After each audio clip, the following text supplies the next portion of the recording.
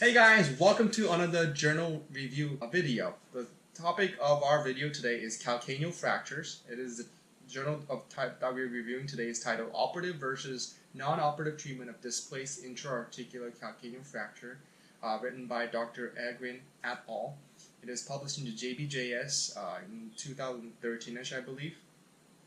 And to simply put, the purpose of this paper was to compare the operative versus non-operative treatment in intra-articular calcaneal fractures. And the reason why they wanted to do it is because a systematic review of randomized trials by Dr. Gugulius that was published earlier showcased that there wasn't really a clear difference between, they couldn't really say one way was better than the other one. The author, Dr. Gugulius, ended the paper implying that even though there was no really significant difference in the residual pain of the operative and a non-operative patient that underwent calcaneal correction, the operative patient were able to return to work quickly, had fewer SSA fusion surgery that was needed, and most of them were able to go back to wearing the shoes that they wore before the injured state. So they were kind of hinting that there was some sort of an advantage of the operative patient population, but they couldn't really identify or definitively say so. So the purpose of this paper by Dr. Agren et al. Was to kind of see if there's a long-term difference in the operative and the non-operative treatment of intra-articular calcaneal fractures. So the way they designed it was a prospective randomized multi-center trial. It included 7 orthopedic surgeons at 5 ER hospitals in Stockholm, Sweden, and they basically got intra-articular calcaneal fractures that were more than 2 millimeters or more displaced. It was a single-blind, quote-unquote, by block randomization, meaning that the surgeons received an envelope prior to the actual patient decision was made. The envelope contained whether or not the patient that was selected to be in the study would undergo operative or non-operative. The envelope would be opened in the spot basically to tell the patient which option were available for him or her. For the operative treatment plan, they did a lateral extensile approach described by Berninsky and Sandorsen. They used screw placing calcaneal plates and sometimes even bone graft. And after the surgery, it was a 6-week of strict non-weight bearing and gradual weight bearing as tolerated afterwards. Non-operative was strictly just rest and elevation, non-weight bearing for again 6 weeks, and gradual return to weight bearing as tolerated afterwards. And the result of the study illustrated that they were able to get 42 operative patient and 40 non-operative patient. At a 1 year follow-up mark, there was no significant difference in the primary and the secondary measures of outcomes. So they see that the primary the primary measure outcomes were reflected based on the VAS pain and function and the short form 36, and the secondary measure outcomes were measured by VAS pain at rest, AOFSA, and an OM score.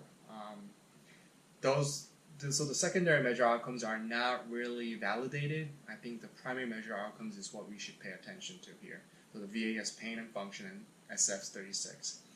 Also at 1 year mark, 12 out of the 42 patient in operative and 20 out of 40 patient in non-operative had an STJ arthritis. So you could notice that the non-operative patient had a higher percentage of STJ arthritis.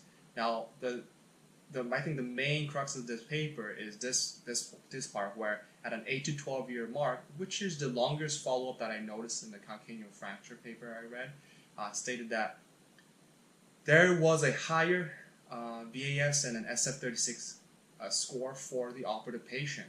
Higher meaning better, but the p-value that came out was 0.07 and 0.06, so it was not significant. And also the 8 to 12 year mark, there was no significant difference in the secondary measures, meaning the other score system, VAS pain at rest and AOFSA and OM score. Now, the reason why I mentioned the p-value of 0.07 and 0.06 is extremely close to the threshold alpha value of 0.05. So in the discussion, why the p-value is significant is if the patient population size, instead of 42 and 40, if there was larger, like other sample size of the other literatures that was published, then they may have resulted in a better significant difference, and it could have been a study that basically definitively stated that operative treatment is better over in the long term, more than 8 to 10 years. Second reason that the authors state that non-operative versus operative had no differences, the complexity of the STJ joint. It's not an isolated problem. Oftentimes with calcaneal fractures, you will other joints like a TN and calcaneal cuboid joint will be involved, and the residual pain can come derived from those because it's unaccounted for.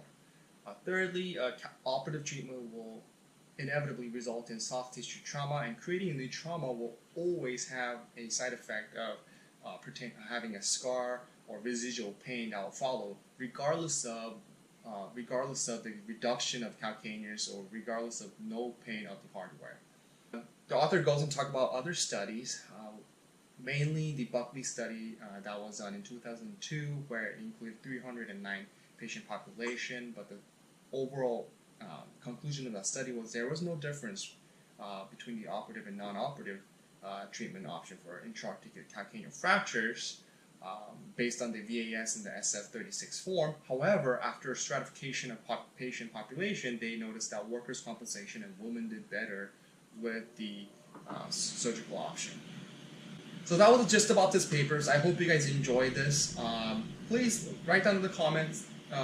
Let me know what you guys think about what treatment option you would take as a physician or a patient.